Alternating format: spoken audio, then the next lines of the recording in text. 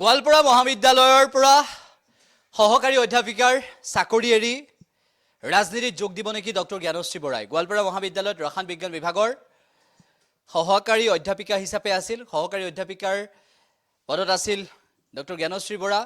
চাকৰিত যোগদান কৰাৰ পিছত এতিয়া এইটোৱে বিষয় এতিয়া চৰ্চাত আহিছে যে চাকৰি এৰিলে, চাকৰিত যোগদান কৰাৰ সময়তো চৰ্চা হৈছিল, চাকৰিৰ পৰা পদত্যাগ কৰাৰ সময়তো এতিয়া চৰ্চা হৈছে। ডক্টৰ জ্ঞানশ্ৰী বৰাই ৰাজনীতিত যোগদান কৰি নিৰ্বাচনত এইবাৰ প্ৰতিদ্বন্দ্বিতা কৰিব নেকি, এনেধৰণৰ চৰ্চা হৈছে। গোৱালপাৰা মহাবিদ্যালয়ৰ পৰা আজি চাকৰি এৰিছে আৰু সহকাৰী অধ্যাপিকাৰ পদ এৰি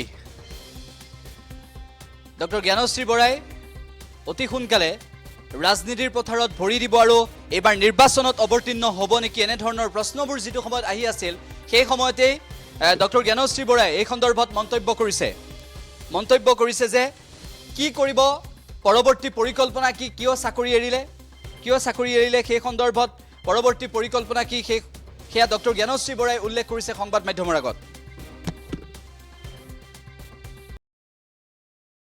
ছাত্ৰ ছাত্ৰীসকলে ইমান মৰম দিছে, ইমান সন্মান দিছে, তেওঁলোকে দুখ কৰিছে, কিন্তু কান্দি হ'লেও তেওঁলোকে মোক ইমান মৰমেৰে বিদায় দিছে যে সেইটো সকলোৰে ভাগ্যত নাথাকে। গোটেই জীৱন চাকৰি কৰিও আচলতে ইমান বেছি মৰম বহুতে পায়নে নাই মই নাজানো, কিন্তু ২৫টা বছৰত ছাত্ৰ ছাত্ৰীসকলে মোক আজিৰ দিনটোত যিমান তেওঁলোকে মৰম ভাল পোৱাৰে উপচাই দিছে সেইখিনিৰ কাৰণেও মোৰ ভাল লাগিছে। আৰু সেই একেটা কাৰণতে মোৰ বেয়াও লাগিছে যে কাইলৈ দিনটোৰ পৰা মই গোৱালপাৰা কলেজত নাথাকিম। তেওঁলোকৰ লগত যিদৰে সময় কটাওঁ, তেওঁলোকক যিদৰে তেওঁলোকৰ সুখ দুখৰ খবৰ ৰাখোঁ সেইখিনি ল'ব নোৱাৰিম।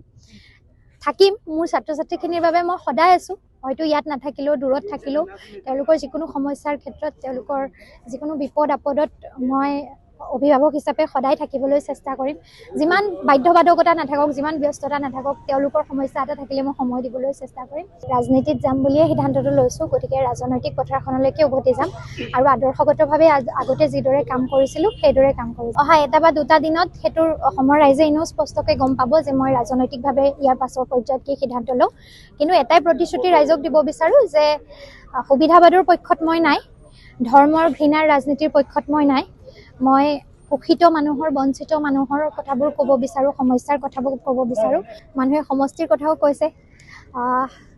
ৰাজনৈতিক সিদ্ধান্ত কি হয়, মই কিদৰে পৰিকল্পনা কৰিছোঁ সেই পৰিকল্পনাখিনিৰ কথা মই নিশ্চয়কৈ অহা কেইটামান দিনত ৰাইজক অৱগত কৰিম। আজিৰ দিনটোত মই মোৰ ছাত্ৰ ছাত্ৰীসকলৰ মাজত সময়টো পাৰ কৰিছোঁ, তেওঁলোকক সময় দিব বিচাৰিছোঁ। তেওঁলোকে কিদৰে ভৱিষ্যতে আগবাঢ়ি যোৱাটো মই বিচাৰোঁ, তেওঁলোক জীৱনত কিদৰে সফল হোৱাটো বিচাৰোঁ, মই সেইখিনি কথা এজন অভিভাৱক হিচাপে, এজন অধ্যাপক হিচাপে তেওঁলোকক ক'ব বিচাৰিছোঁ। গতিকে ৰাজনৈতিক কথা বতৰাবোৰতো আজিৰ পাছত সদায়ে পাতিম। আজি মই মোৰ কলেজ আৰু আজি ছাত্ৰ ছাত্ৰীক